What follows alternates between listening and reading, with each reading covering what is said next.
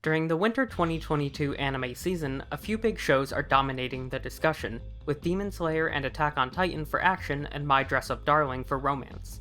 While browsing some of the more overlooked shows this season, I came across a show that promised to combine both, Koroshi Ai, or Love of Kill. The basic premise of the show is that there's a woman who's a bounty hunter and a man who's an assassin, and their lives intersect on a certain job. The assassin then begins pursuing her romantically, helping her with jobs or promising not to interfere in exchange for her spending time with him. The lead woman is Chateau, a discount Violet Evergarden from her looks to her stoic personality. Unfortunately, it's a bit hard to take her seriously considering her last name is Dankworth. The assassin is Ryang-Ha, an extremely skilled killer who has more red flags than a parade in Switzerland. I went into this show really wanting to like it. After all, the dynamic of two people who are deadly fighters on different sides of a conflict is classic, and I'm a big fan of seeing characters like this slowly fall for each other. Unfortunately, Koroshi Ai just doesn't stick the landing. The first reason why the show falters is that the characters aren't very likable or well written. Let's start with Chateau. She's the main character of the show, and the first part of the show's synopsis reads, "Novice bounty hunter Chateau Dankworth never expected to encounter someone capable of overpowering her in combat."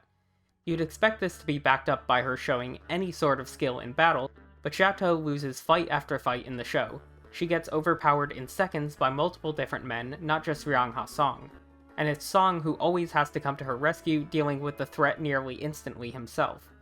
Because of this, Chateau has very little autonomy in the show.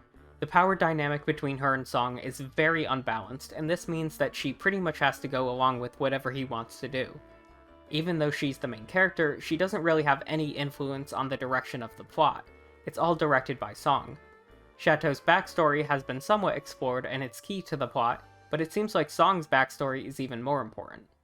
Switching over to Ryang-Ha, he's even less likable of a character. To start, he's very much a creep, even if his actions are supposed to come off as romantic. He never does anything that crosses the line into assault territory, but he does a lot of things that are very uncomfortable. For example, smelling Chateau and saying she's the only one who doesn't smell bad to him, taking all her clothes to wash them while she's in the shower and leaving her with only a towel, and basically blackmailing her into going on dates with him. While he helps Chateau out of a lot of dangerous situations and never forces anything on her, he has a stalker-like personality. To her credit, Chateau doesn't put up with this behavior, frequently telling him off, ignoring him, or pushing him away. That's one of the things I like about her. But the fact remains that this is supposedly an anime in the romance category, and there's zero chemistry between these characters so far. I also don't want Chateau to fall for Song because he's such an uncomfortable character. The other big issue with the characters in the show is the fact that the side cast is really bland. Most side characters get next to no screen time and have barely any impact on the plot. For example, one character's entire contribution to the show is just that he's a foreigner who speaks bad Japanese and doesn't have a mouth for some reason. Because of this, the show is really lacking compared to shows with similar types of intrigue like Durarara, which have huge casts where all the characters play a vital role. The second big problem with Koroshi Ai is that the animation is subpar. The studio is Platinum Vision, which has only put out a handful of shows like Servamp and Kono Oto Tomare. In general, the fight scenes are very lazy, more often than not resorting to still shots with movement lines rather than actual animations. Plus, most fights last less than 30 seconds, so there's not really any excuse to not go all out on them. And even in non-action scenes, there are way too many lazy panning shots. It's not the worst animation I've ever seen, but it's very far from the best. That said, I can forgive bad animation if the plot of a show is good enough. While Koroshi Ai's concept shows a lot of promise, it's ultimately kind of a mess. And I think that a big part of that is that the show doesn't even try to utilize its full runtime. Most episodes have an around 2-minute recap at the start of them, which is ridiculous. In fact, in one episode, it takes almost 6 minutes to get back to where the previous episode left off, between the recap, opening theme, and viewing a different shot of part of the previous episode. Over the course of the season, the creators are probably losing an entire episode's worth of time to fill with more content. Compare that to something like Re:Zero, where the team often cut out the opening and ending songs just to fit more content in. There are a lot of interesting elements in Koroshi Ai, but they're just not explored in much detail. There's a cool setup of this dynamic between mafias, assassins, and bounty hunters, but we get very little information about how any of it works or how it came to be. All the targets the people go after are unimportant, merely plot hooks to get Chateau and Song together.